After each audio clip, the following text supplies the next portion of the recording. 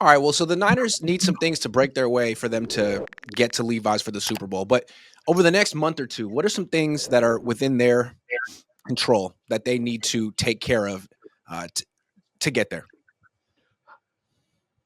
Number one is the kid playing quarterback needs to take care of the football.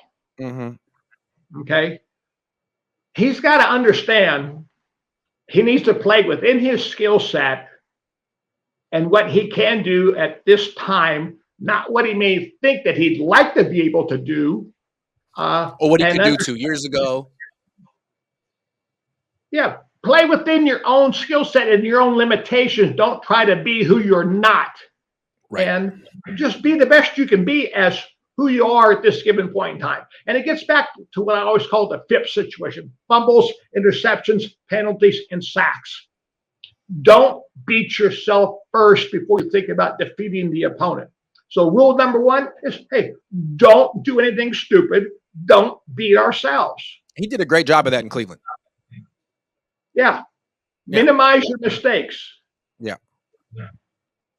And the other thing, Grant, you've got to realize, Salah is kind of working with, he's playing a game that has 52 cards in it, but his deck on defense only has 48 or 49 cards. So he's got to try to find a way to manufacture some plays, some stops on third down, some good stops on first or second down to get defenses, the opposing offense, into a third and long situation. And he's playing a little bit short-handed right now on defense because he's missing some elite players. So the Niners on offense cannot do anything to put their own defense at a disadvantage with a short field position or give up a quick six on a turnover on a pick or a fumble. I see. Brock Purdy cannot have a Jalen Hurts ball game. I want to come back to that because it's so funny. They had Mac Jones playing well, and they insisted on going back to Brock Purdy, who they say isn't 100% healthy. And the reason is because Mac Jones, as efficient as he was playing, wasn't getting them the big play that they wanted. So Brock Purdy comes back and he tries to get the big play, and it results in interception after interception. And now he's reduced to trying to play like Mac Jones. That's the key for him the rest of the season. Play like Mac Jones when you have Mac Jones. Could work. That's interesting. Well, I think it falls back upon Kyle.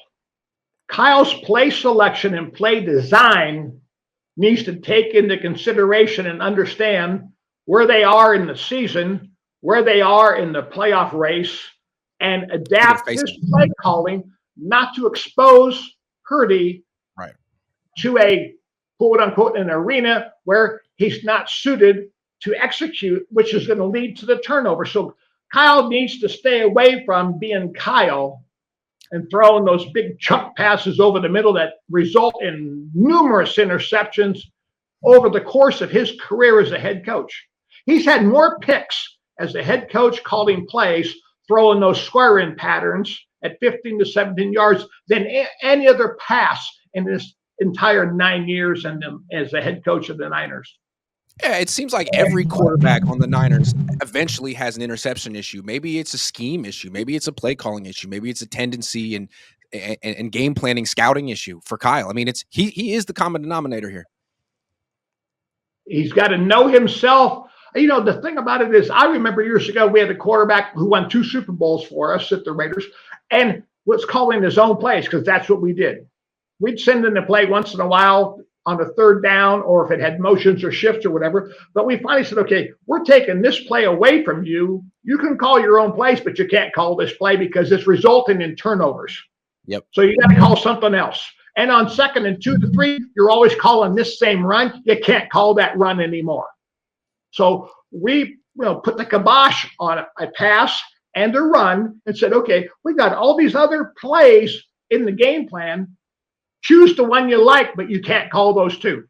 And hey, Kyle needs to do that to himself.